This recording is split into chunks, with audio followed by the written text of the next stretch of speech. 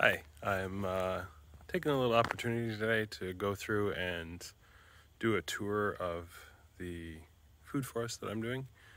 So this is a food forest in very, very early stages. I just thought it would be interesting to document for my purposes, as well as for anyone who might be interested to see what a food forest looks like when it's really, really early, or when it's done by someone who doesn't have a ton of experience yet. Here we go. So I guess we'll start here. These are hardy kiwi, and these hardy kiwi I purchased a long, long time ago, before I had this property, and they've been kicked around, and they've been moved from one place to the other over and over and over again, and they've just barely kept alive this entire time. I moved them this year in the middle of the summer. I absolutely should not have done that, but I needed to move them here from where they were getting chewed on by goats. I don't have goats. They were at my in-laws. And so moved them here. They seem to have done okay, but I'm hoping that next year they'll really take off now that they've started to root. Behind that is just sort of where we get our wood chips. So the premise here is that the hardy kiwi will fill in and will cover this cattle panel and hopefully create a sort of, attractive green wall to sort of hide the chaos and ugliness of the wood chip pile and the log cutting area in here. This is where we cut our firewood. Here's another, hopefully, wall of hardy kiwi here. And we'll see how that grows. If it doesn't grow well, hardy kiwi does pretty well from tip layering. So the hardy kiwi over here, past the wood chip pile there, those are obviously a little healthier than these, so I'll just replace those if I need to with tip layering. Then we've got our wood pile. The premise is that I will build a lean-to over here just to keep this wood dry. Got a decent pile of wood for this season, but I would like to be able to fill it up a little bit more in future years and keep the wood drier in future years. That would be great. So the wood is decently dry, but not amazingly dry at all. Coming over here, we got a couple of elderberries just kind of plopped in here or there. So we've got one hiding over here, and you can see it's sort of just nestled into a bunch of other stuff. And the idea is that hopefully the deer just kind of don't see it in the mess and they ignore it, because I've had a couple that seem to be getting chewed on. Back here we have chestnuts. The operating principle with the chestnuts is that at some point I would like a sort of play fort deer stand type thing behind the pole barn. And so this is a decent range for a bow shot. If I get into archery, a lot of ifs right now. So the thought is that chestnuts drop right around bow season. So the idea would be that the chestnuts would be dropping around when I would want to be hunting with a bow. At the bottom here you can see river locust, which I've added to the chestnuts because nitrogen fixers are very beneficial to the growth of chestnuts. So each of these has a little river locust planted around it. They didn't do great. I wonder if it's just the soil is too dry. Not really sure about that. but we'll see how they do. They certainly survived, so I wouldn't be surprised if they kind of pop off next year. And then I also put some red osier dogwood cuttings in here as well. Just a little something to add some interest and some other elements in the area. So again, you see chestnut surrounded by river locust, caged. And it looks like the chestnuts are starting to go to sleep. I hilled these chestnuts a little bit. I did the pit and mound method, and then the pits I just filled in with wood chips. So I wanted them up a little bit because this is a fairly low area in the yard. And so I'm hoping that will protect them somewhat from disease. Here in the raised in quotes, garden bed, you can see that, I'm not sure if the depth comes through on video, but the garden bed has these logs around it, and so theoretically I think it's supposed to be hilled up with dirt so that the dirt is level with the logs, but that's just not the case. When I got here, it's pretty swampy in here. So what I've been doing is, as I drive around, if I find leaf bags, I just pick up those leaf bags, and I hear voles skidding around there. I pick up the leaf bags and just toss them in here. It's just been a slow process of adding this and that over time. And so eventually I think that will start to build up, and it will actually be a raised bed. And then the premise is also that I would be adding wood chips on top of that to sort of complete it, improve the decomposition, add more carbon to the soil, etc. This eventually will be the same thing, but I just haven't gotten there yet. So this is more towards the backyard now. I picked up a couple of trees that were on sale at Tractor Supply. So this is just an apple. It's a Honeycrisp apple. I'm very excited for those. I'm hoping those will take off.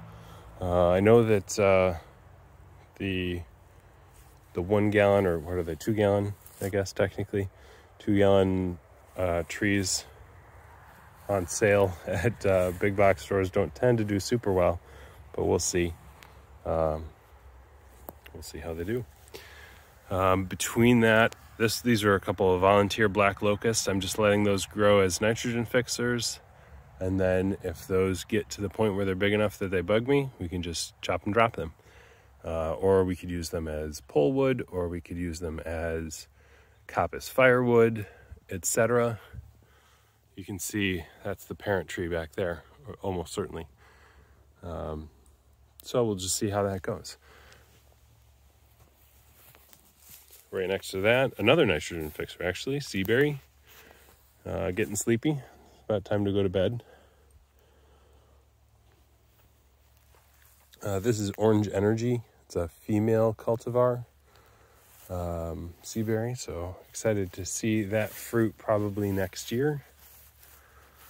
And then we have a pear. So this is sort of in the vein of a Stefan Subkowiak principle. So nitrogen fixer, apple, pear. It's he uses the acronym NAP. Mine is out of order, so I have an AMP, but that's the idea, to sort of get a bit of separation from the pests that affect pears, the pests that affect apples, get a little space between them, and then the next apple isn't even until there.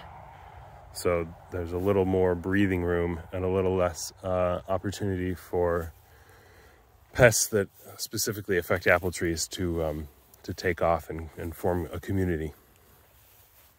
So here we have Another seaberry. This is also cultivar Orange Energy. Doing a little better, this one. Originally I planted these without cages, but they seem to be not getting destroyed by deer, but certainly nibbled by deer. Just enough that I thought, if I toss a cage on it, I can leave a cage on it for a little while. I'm probably going to be taking the cage off next year, I think, once it gets some leaves above the browse height. I don't really care if the deer want to, do the trimming for me at the bottom, but I do want to prevent them from totally mowing it to the ground. So as I said, this is the apple tree here, Fuji. Excited for that. And we have, this is a male seaberry. It's I think they call it tall male, is just the name for it. It's just not like a registered cultivar, it's just a cultivar. Over here I have persimmons. I originally started out with the persimmons not in tree tubes. You can see in here, that one is almost 4 feet tall. Then the ones that I didn't put tree tubes on got maybe an inch tall. And so eventually I thought to myself, yeah, I'm just gonna tree tube them all that I can. So I just tossed a bunch of tree tubes on there. We'll see how it goes. Back here, I have some black-cap raspberries that were just volunteers. My kids call them people berries because they're not bird berries. That's how I've prevented the kids from eating poisonous berries, is differentiating people berries and bird berries. So the kids call those people berries. So we'll go through, I planted a lot of persimmons because the persimmons tend to be more male when you plant them from seed. And so I planted a lot so that I can just kind of prune out the ones I don't want once they show which type they are.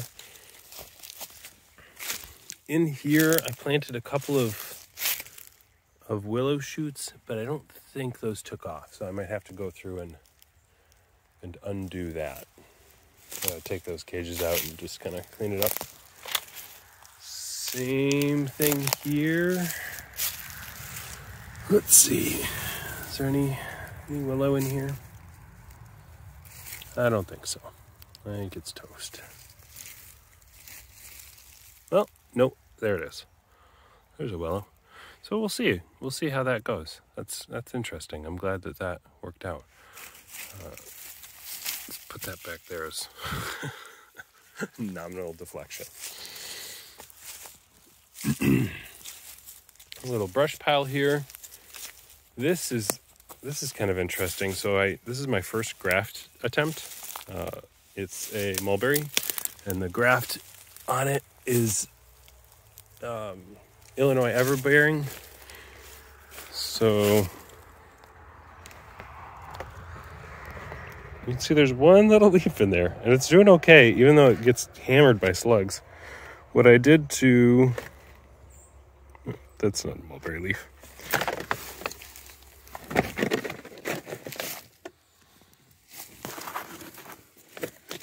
So, hold on.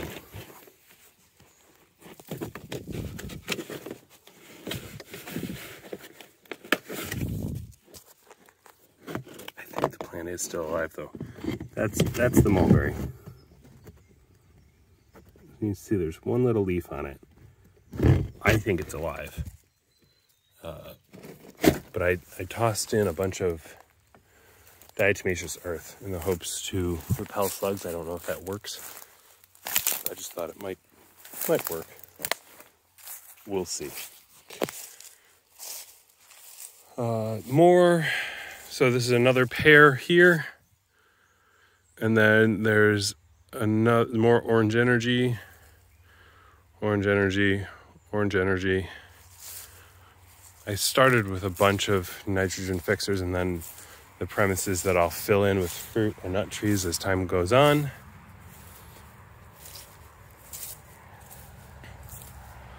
This spruce tree is lovely, but it will probably eventually go away.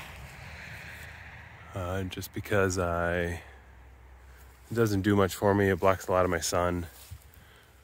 So we'll see what happens with that. Over here, I have set up my T-posts in anticipation of honeyberries coming this fall. Those should be coming in the next month or two, and so I'll be planting them in this sort of staggered line here. Over here, right by the house, I have currants growing. These are both black and red currants throughout here, in between these lovely little flowers, which were here when I moved in. So the idea is that as time goes on, these will grow up, and I will just sort of trim to select the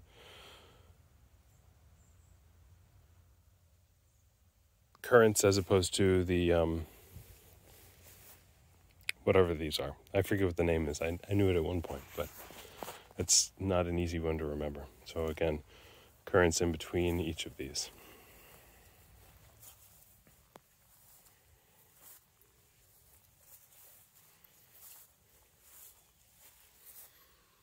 Kids really enjoyed eating these this summer, which is always fun to watch. Over here in this corner, we have another volunteer black locust, which I just let go. Same thing over here. These provide a little something for the deer to nibble on that I don't care that much about. So you can see that actually might be a rabbit with that 45-degree angle on that. Not sure, but I have noticed the deer or the rabbits have been nibbling on these, and that's fine. That doesn't bug me. I would rather them nibble on that than something that I paid to plant. This is a seedling seaberry. Don't know what we'll get out of that. Maybe it'll be male, maybe female, I'm not sure.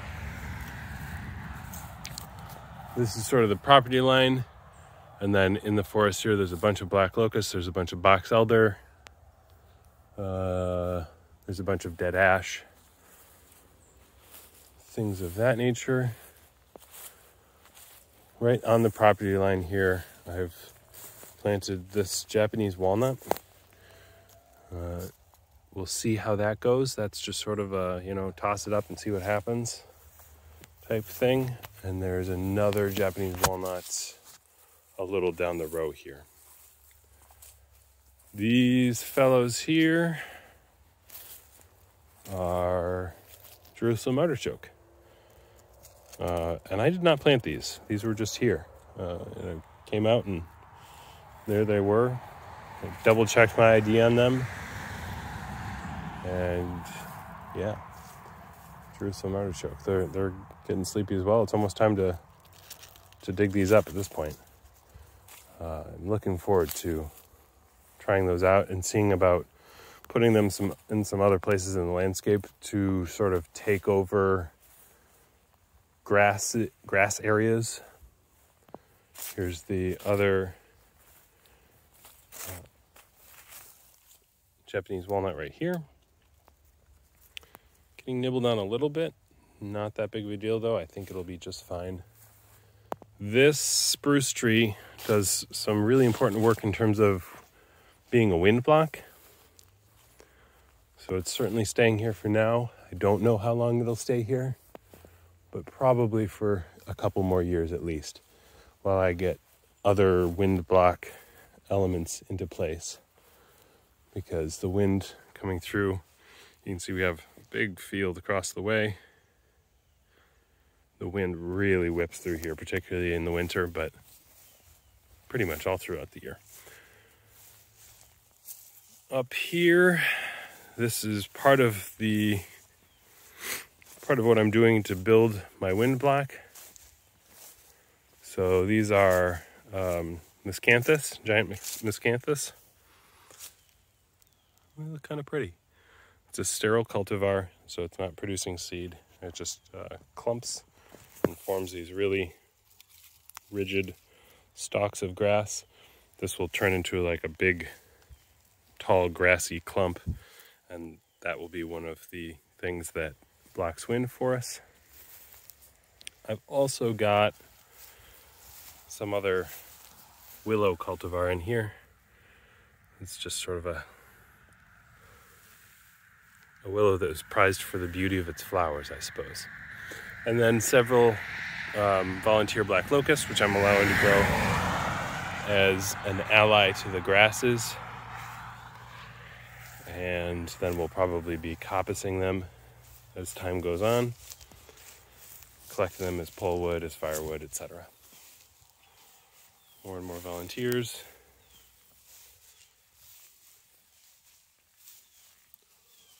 Over here, this is my real passion, is hazelnuts. These are my favorite, just homestead crop, just because it's pretty easy to grow sugar. There's a lot of plants out there that'll grow sugar for you. Pears, apples, peaches, you know, the list goes on. Strawberries, any fruit, it's just sugar. But the hazelnut is a tree that you can plant that produces a crop of healthy oils and also proteins, which are challenging things to get from trees. So I planted out 48. I think most of them survived. 1, 2, 3, 4, 5, 6. 6 died. So 42 hazelnuts have survived. That's pretty good. It's not too bad for first time.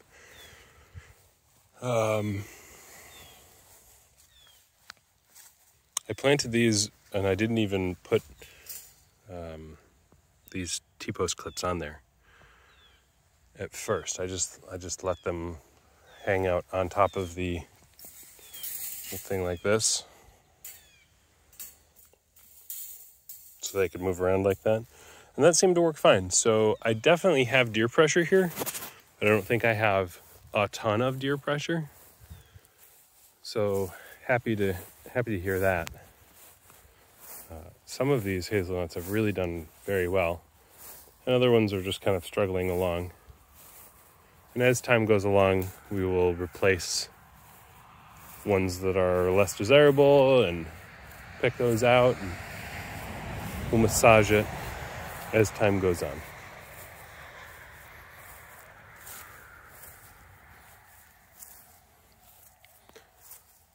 In here, we have another currants, some little asparagus fronds that just sort of, I just plugged in there just because why not? And there's a blueberry here. Oh, the leaves are beautiful on that. Very happy to see that. Hopefully that will do well there. That was one that they were having a sale at Aldi, and a blueberry plant was $6. And I thought, well, heck, even if it doesn't survive, $6 is a worthwhile gamble, it feels like. Here we have serviceberry, and also more asparagus fronds here, just as a little ally to the serviceberry. So we got the serviceberry in here. That got chewed on a little bit, and so I just replaced it with this much taller cage. So I think that's going to really take off next year. That's going to get much, much taller really, really fast. Got some garlic next to it. And the garlic's not really for harvesting. It's just a aromatic confuser so that it doesn't get gnawed on by rodentia. Over here, this front yard or front garden thing is tricky. It had a bunch of really aggressive, what do they call it? Lily of the Valley, I believe. And I didn't want lily of the valley because it takes over everything. It stops me from planting anything in this area. So I sheet mulched it with cardboard and then put wood chips on top of that. You can see partial success. But the nice thing is it doesn't seem to have dissuaded the chives, which were also growing in here. So thrilled to have chives here. That was just here when I moved in. Right here I have bronze fennel. I planted, this was just like a little seedling rootlet type thing that I planted in the spring, and that's turned into a nice plant. Hopefully that will just sort of disperse its own seed and you know, perpetuate itself there. I would love that.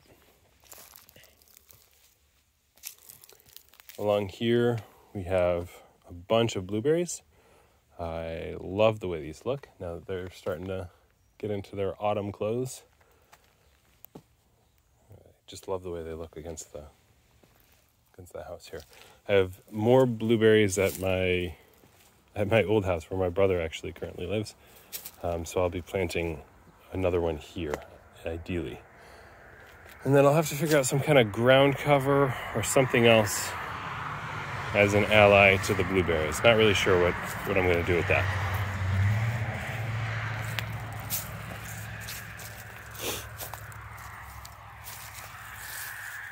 In here, we have this privet shrub, which I'll have to get rid of at some point. It just hasn't been this year. We have a little volunteer honey locust growing up in the middle of all this mess. And then above that, the overstory is black locust. I should also comment on you got the tire swing there on this beautiful honey locust. It's some kind of seedless or low seed cultivar, because I have not seen any pods, which surprises me. Maybe it's a male cultivar, maybe it's just selected for minimal seed production, which is kind of a bummer, but also kind of nice because then you don't have that cleanup. And the tree is great for a shade tree, play tree, that sort of thing. Another honey locust here, Norway maple right there, and northern catalpa right here, which is not great, but it's fine. That'll just stay there until it doesn't want to stay there anymore, and we'll chop it down. Up here we have a couple of lilac shrubs too. My idea is that I'm gonna mowing in this hill here is pretty challenging. So I think what I'll do is I'll be planting a couple of plum trees in here that should thicken up and get pretty brushy, and that would remove the need to mow like this really steep part. I don't mind mowing in between or up on the top of the hill here, but mowing that really steep part is a bummer. So I'd love to fill that in with some trees and some mulch and make food out of it instead of a big chore.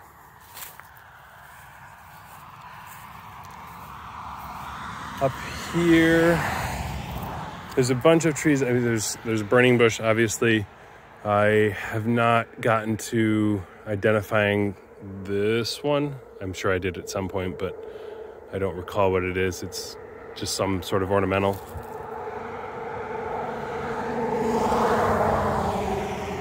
Up here, I believe that's buckthorn, this stuff up here.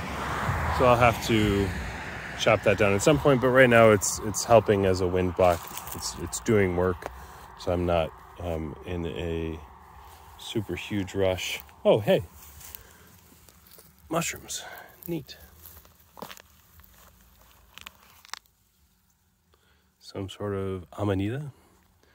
I don't know enough about mushrooms to opine intelligently about that.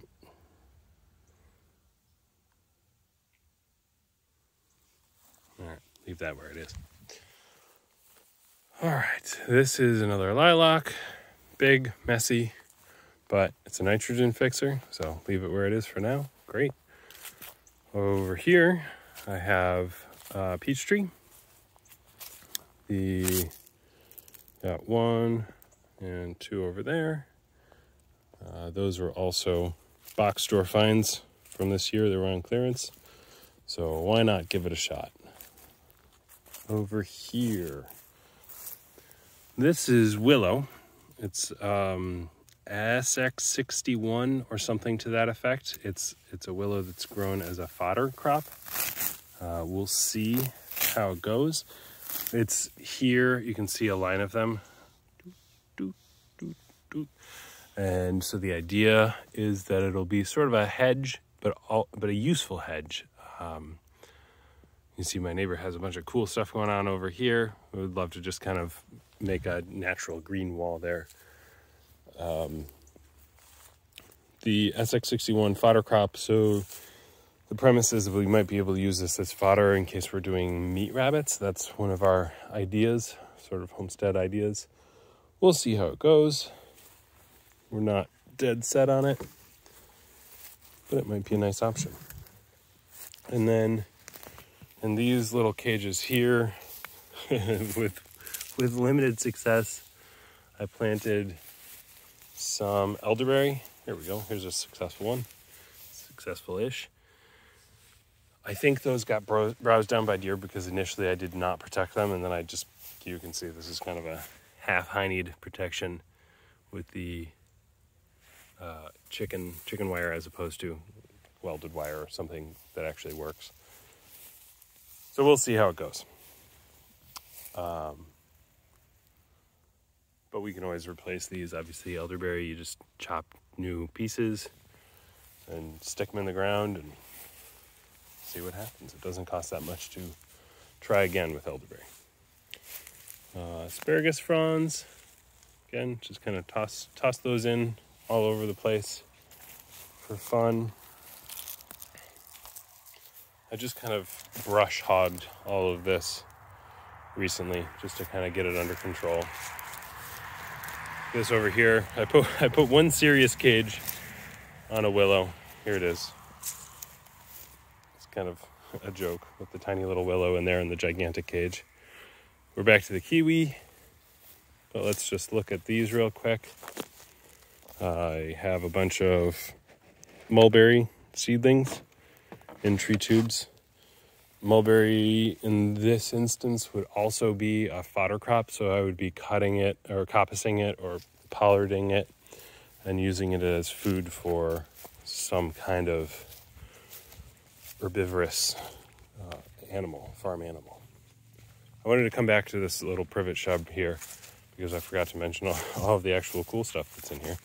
So I have horseradish right here, not doing great. I think it's in too much shade. I think I probably need to move it, or this black locust might not stick around for very long because it's kind of threatening the house and it looks like the tree is a little tired, so I might take that tree down. Obviously, if I cut it down, I think it's just gonna send up runners.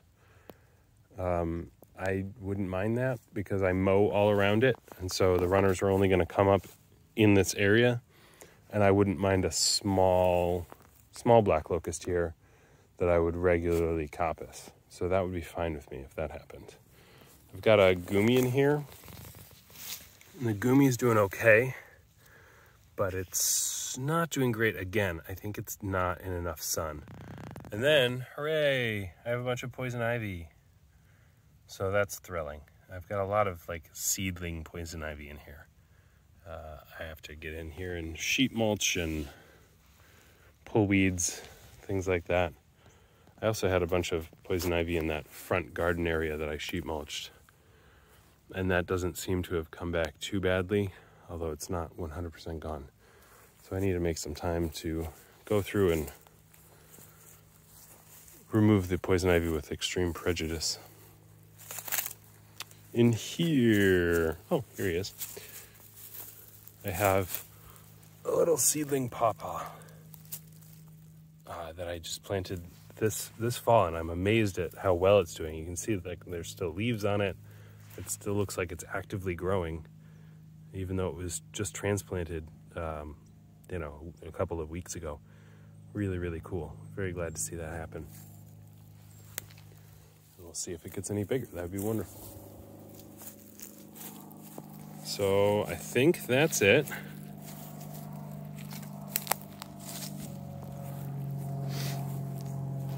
And there we go.